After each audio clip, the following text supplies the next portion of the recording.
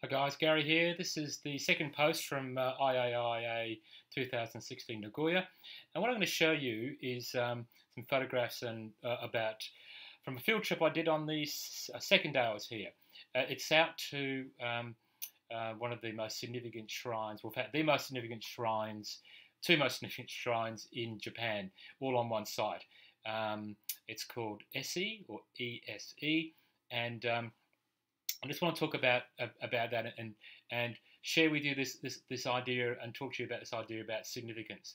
Now, the shrine itself, the site is about 1,300 years old, so that the shrines have been on this site for that long. So it's quite historic that way. There are two main shrines on the site: the outer one and the inner one. And the inner one is the most significant of the two, and the outer one is significant as well, but not as well as on the site. And the site itself is huge, 5,500 hectares. There are a number, about 100 or so lesser shrines that are on the site there, as well as some other buildings there. Now, the site itself is made up primarily of rainforest. There's also some manicured gardens, and there's obviously paths that goes through there as well. So what I want to do is, first of all, just show you those photographs, talk you through it, and after that I want to talk about this idea about significance. So this is a photograph from a distance of the main shrine. This is as close as you can get to take a photograph, but you can clearly see you can walk up to it as well.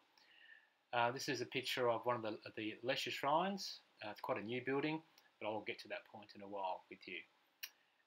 The next photograph is a photograph of the gardens, the manicured gardens there, the rainforests that occupy most of the site, one of the paths that goes through the whole area there,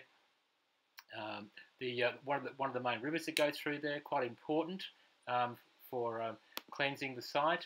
And speaking of cleansing, this is where you go and wash your hands and also wash your mouth out before you go on the site, so you're cleansed as well. Here's one of the footbridges that go over the site. You'll see a little bit of a thing down the middle. Can't walk down that middle bit. That's where the gods walk, but you can walk either side of that. Now back to this building here. This is a brand new building. So as I said, that's a brand new building. It's no more than 20 years old, which is kind of interesting when you think about it. But I will get to that point of what it actually means. So all the shrines, that's including the two main ones, they get pulled down after 20 years. That's it. They use trees from the forest, either on the site or surrounding areas, to construct those new shrines.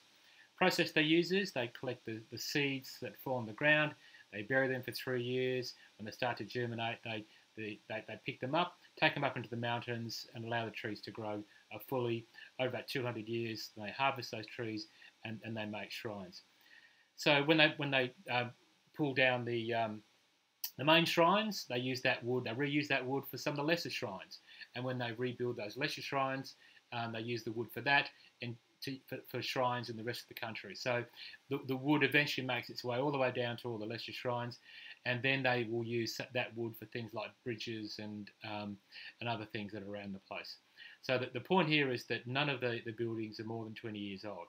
And this is where this idea about significance I want to come to and talk about.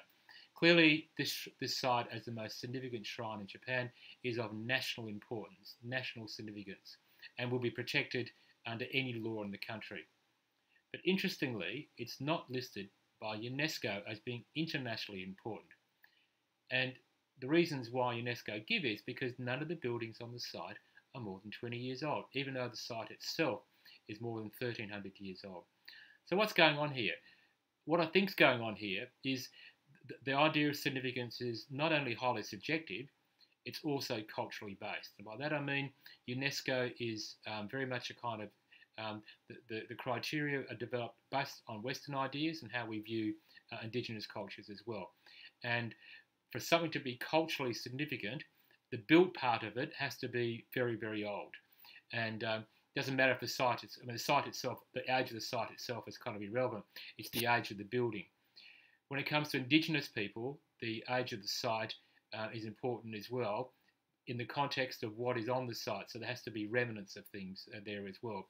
So we have this clash of ideas about significance, and of course we can relate that to EIA as well, and also back home when we look at Aboriginal significance. For example, there's no way that, for example, the churches that we have would people be allowed to walk on the just walk into a church and walk through the altar. You simply wouldn't do that. That's the kind of the cultural sort of taboos that we have for that. However, if you look at Uluru or Ayers Rock, the Uluru is significant to the local Aboriginal people. It's one of the most significant sites in Australia for Aboriginal people. They don't walk all over it; they walk around it, but they never walk over it. Yet, a lot of non-Indigenous people, when they go and visit Uluru, they walk over the rock, and it's a difference of ideas. And for people who walk over the rock, they don't see it as being so significant that they shouldn't walk over it. For Indigenous people, it's significant to them. So that's the kind of discussion I wanted you to think about anyway in terms of what is significant.